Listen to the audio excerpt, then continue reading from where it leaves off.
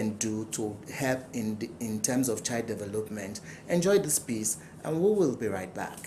Hello viewers, it's Shagalinku on ARTV. I am Medimede with Juliet. On this segment of the program, we're discussing communal responsibilities and child development. First of all, I'd like to introduce my guest. Please, I can tell us your name and what you do for a living. Okay, I'm Agie Mohd Auwal, and I work with Litsam Youth Awareness Initiative as the Programs Director. Okay, that's nice. Okay, please, I would like to ask, since we'll be discussing communal responsibility and child development, please, what's your take on communal responsibility and child development?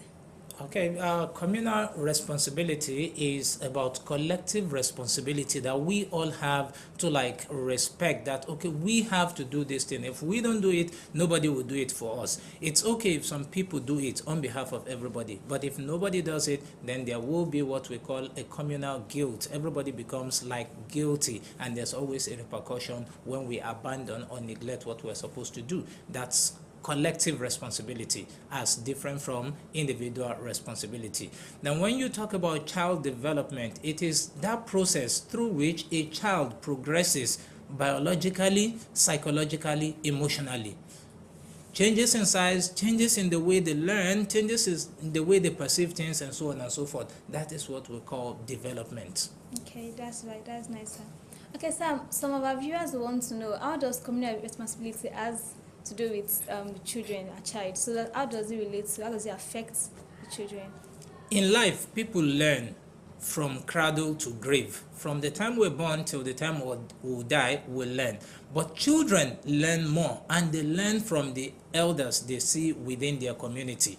So as children are trying to learn, if we don't pass the right knowledge to them, they get the wrong knowledge. And that's how it affects each other. So we must be guides to them that will lead them on the positive path, or else they will go the wrong way. Okay, that's nice, sir. Okay, so sir, please, I would like to know, because our viewers also want to ask you, what are the repercussions of neglecting communal responsibilities? Now, when we neglect communal responsibility, we are actually leaving the future to destroy, because children are the leaders of the future. And when you don't give them the necessary knowledge they need that will make them become good leaders in the future, then you are telling the whole nation that the future is not secured at all. And that's why we must never neglect communal responsibilities. Most of us today are thankful that our parents treated us well. They didn't leave us to actually suffer or learn from the streets.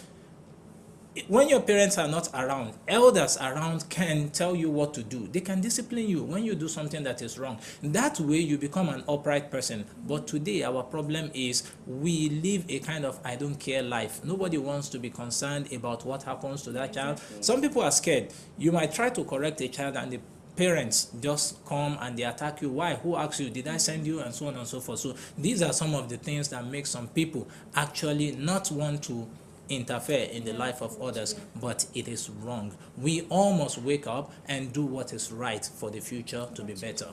That's nice, sir. Okay, so I would like to also ask, every child has a different way of learning and acquiring skills. That's true. So how do you think children learn and develop themselves? Okay, in life, different people have different ways they learn, and at times some people combine one or more styles of learning. There are some children that learn from what they see. We call them visual learners. Yes.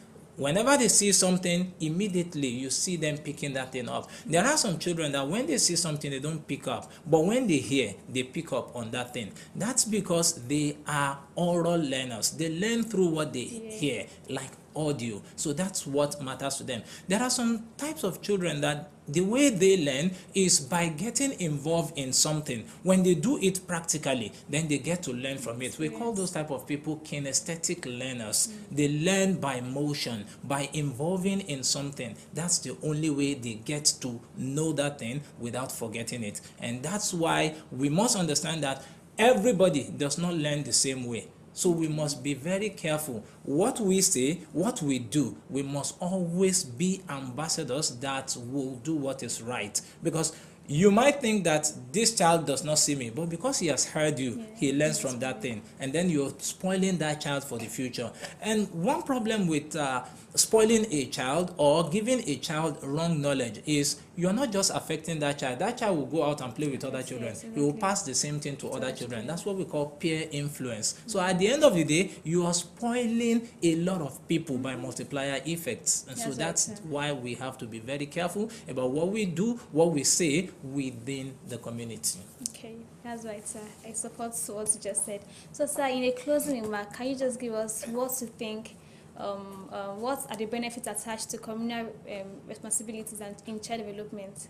Okay, one of the benefits is to boost the confidence of the child so that the child will be able to acquire what he or she has aspired or what he or she desired. When you feel like you want to achieve something and you get the necessary support and necessary knowledge, it becomes easier for you to attain that thing. Yes. But if you don't get what is necessary, the atmosphere is not conducive, the people that are supposed to put you through are not doing it the right way, then that child won't be of benefit to the community. And if children are good, then it means that we're going to have a nation that will be in peace for a very long time to come. Nobody will come and start fighting. Intercommunal clashes and so on and so forth will not occur because those children have learned what is right and they know what they're supposed to do, rather than what we are having now. It is our nonchalance that is causing all this killing up and down that we're having today, because when one person starts it, instead of the others to stop that person, we refuse. We keep quiet and say, I don't want trouble. And then at the end of it, the trouble becomes bigger than we can control. Okay, that's nice, sir. Okay, sir, so I think that's all for today. Thank you so much, sir, for your time. It's been a pleasure having you here. Okay, so right now we turn back to other segments of the program. Thank you. I remain Idume Juliet.